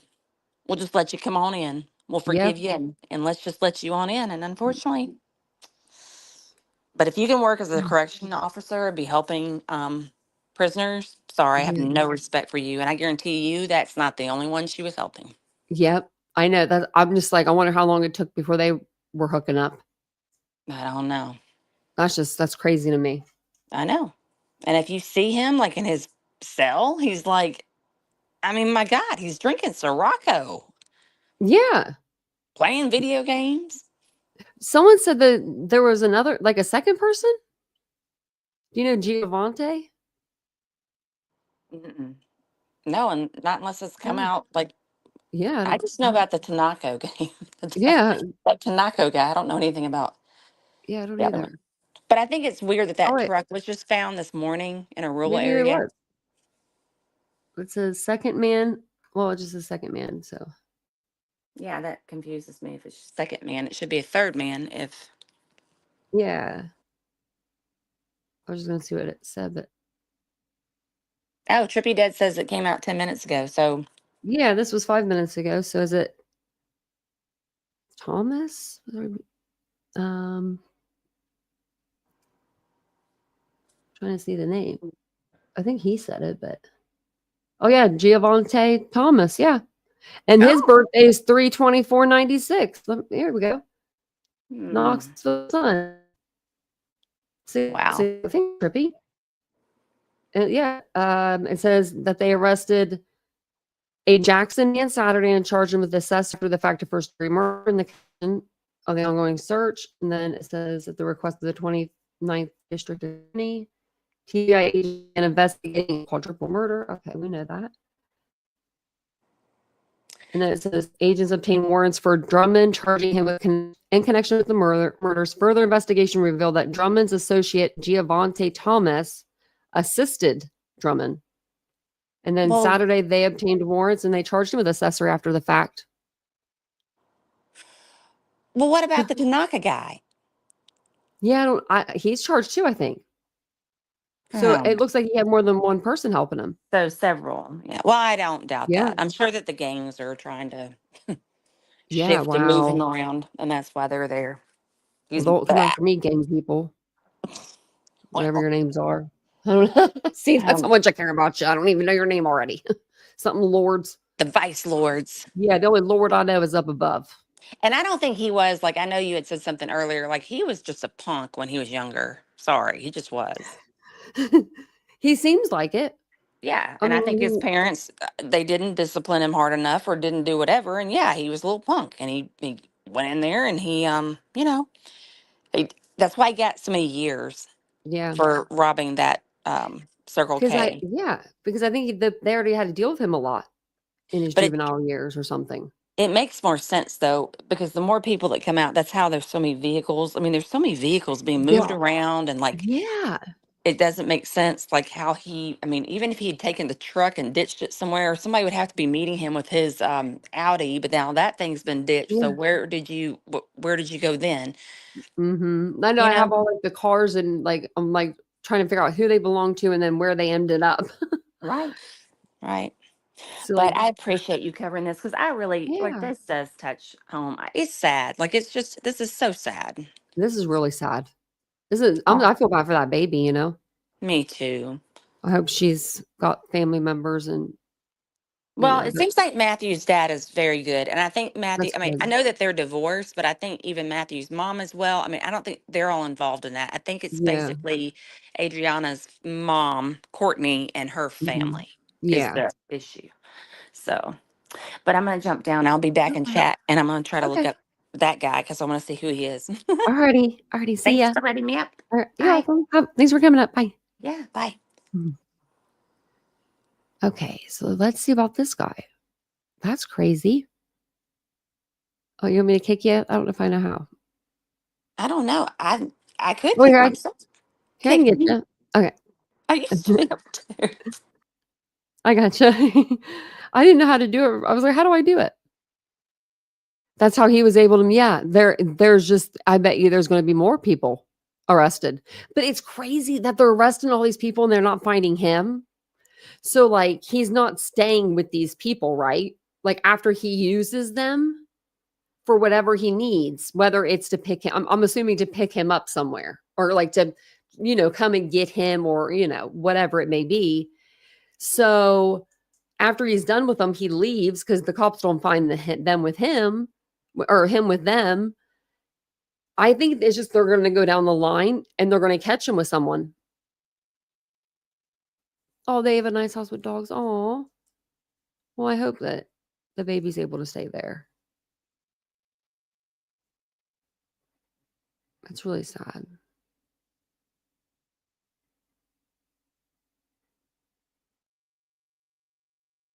Yeah, Trips, I'm beginning to think that too.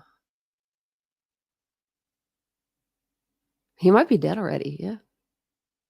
Someone might have already taken him out.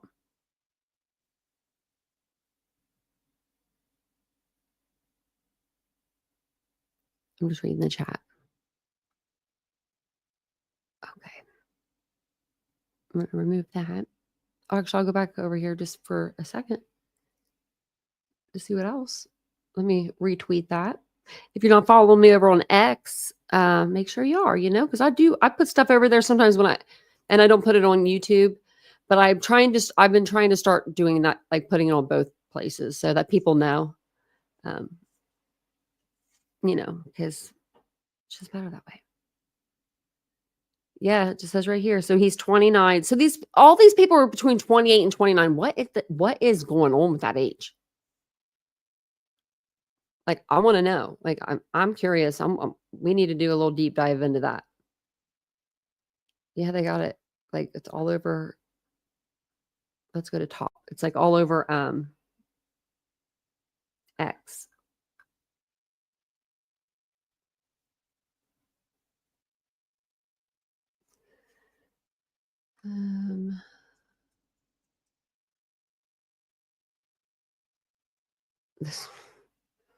The picture that I showed you at the beginning of the live, it just cracks me up. Our society is cooked. I'm just, man. Maybe I may go wear a mask tomorrow so people don't even see me. So they're not like, hey, there's Tanya, let's go talk to her.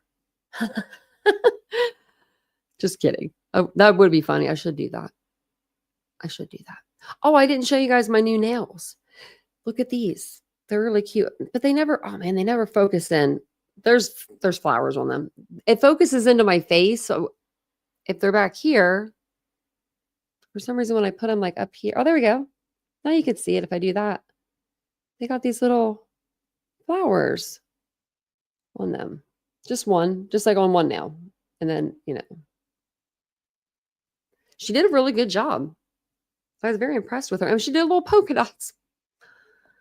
I said, I have not had my nails like this much of a design put on my nails since since you guys used to do airbrush. And she looked at me like I was foreign. She was just like, airbrush. Don't know what that is. Like, she had no clue. I was just like, you probably weren't even born yet. I was like, that's how they used to do French tips. They used to airbrush with the little stencils. But now they just do it freehand. And I'm like, it makes me so nervous. Thanks, Ishi. I love them so much. They're going to go, everything's tomorrow's blue. And then so tomorrow we got my niece, her little boy, a rattle, like a sterling silver one with the name on it. And then I had to get him a jelly cat. Now I want one. Have you guys, if you want a soft, tough, like little soft stuffed animal that's cute as could be, get a jelly cat. They're like the best. These ones are dip, but I think the ones that she put on top were gel. Like the design is gel. Do you, Lori? Weren't those the best? And they used them on your toes too. Oh. Ooh, MBS, where at?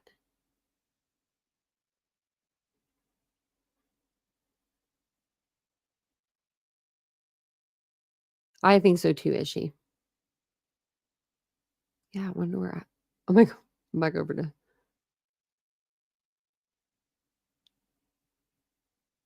X, but I don't see.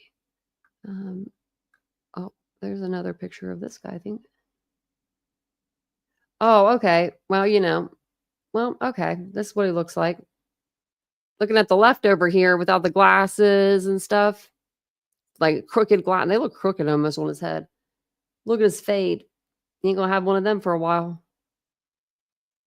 Say goodbye to that. That was on X.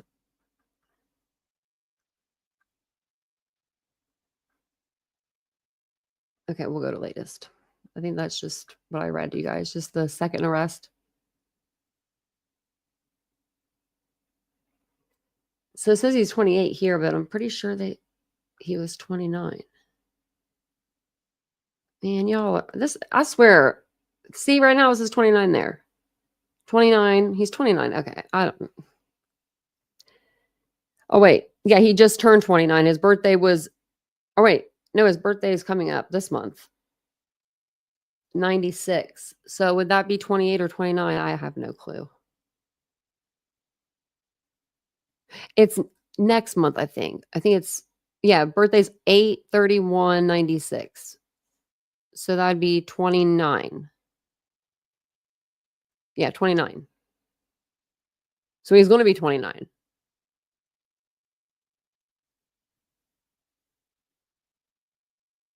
Yeah, like one person saying it's 28 and then one person saying 29. So thanks, Ladybug.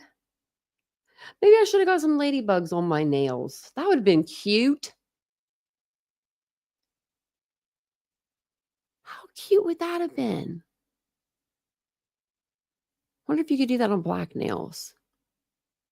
Like a yellow, like a red. Okay. Okay, well, he has a birthday. Your birthday's going to be spent in jail. That sucks to be you. My birthday's not going to be spent in jail. I don't know where it's going to be spent, but not in jail. I should have brought my dress in to show you guys. I'll have to take a picture and like put it on the community tab. Yeah, that's right. The community tab tomorrow. And if you guys haven't subscribed to the channel, make sure you guys do, because we're getting close to 21,000 subscribers, and that'd be cool to hit that number.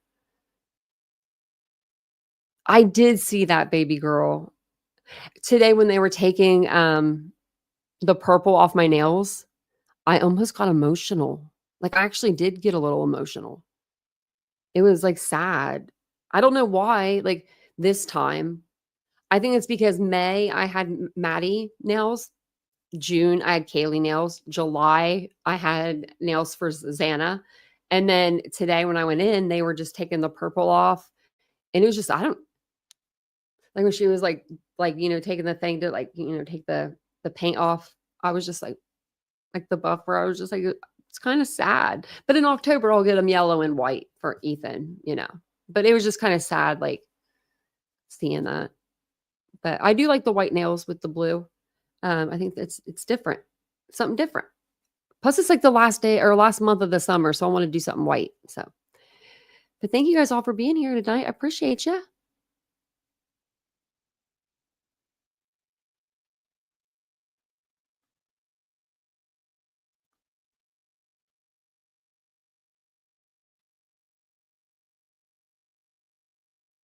I agree with that, Trip. Me too. I'm like a chameleon. I feel like I could be around anybody.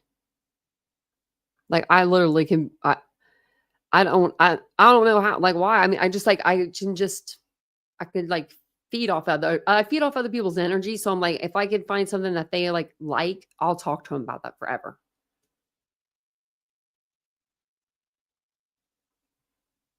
Okay.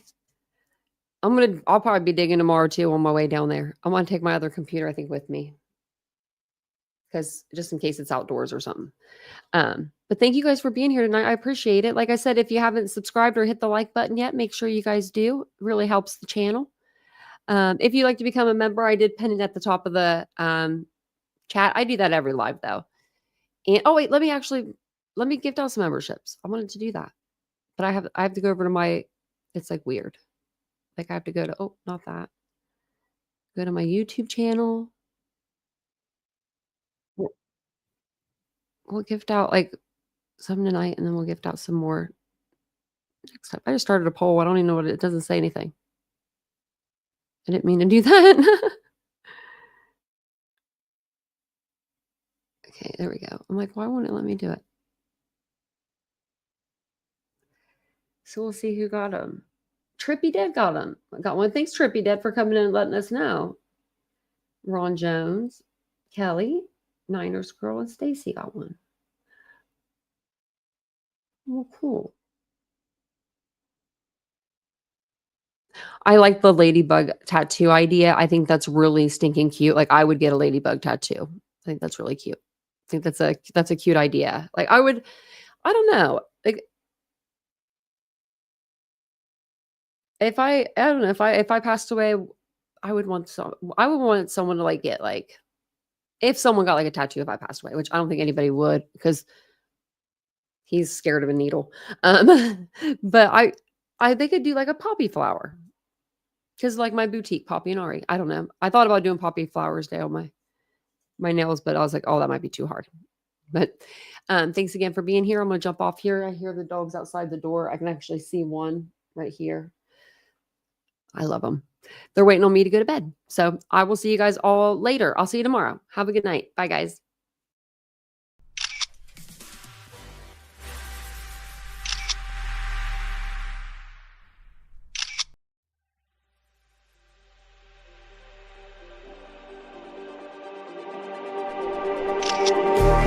Just like the street lights lit this town, like a fire in a blaze, gotta burn it down. Can't be afraid to leave this out. We got this far, don't know how.